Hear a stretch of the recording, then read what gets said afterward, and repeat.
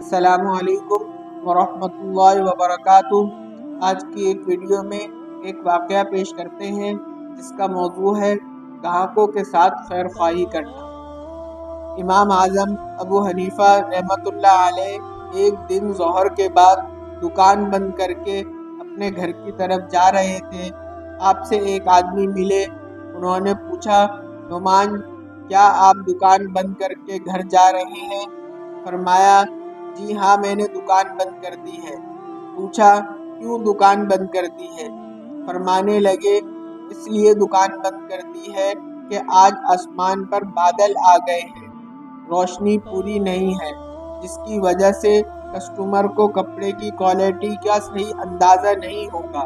میں نے دکان بند کر دی ہے تاکہ کوئی کم قیمت کے کپڑے کو بیش قیمتی سمجھ کر نہ خرید لے، اسے دھوکہ نہ لگ جائے۔ ایک دکاندار اپنے کسٹمر کا اتنا خیر خواہ ہوتا ہے۔ صدق اللہ العظیم۔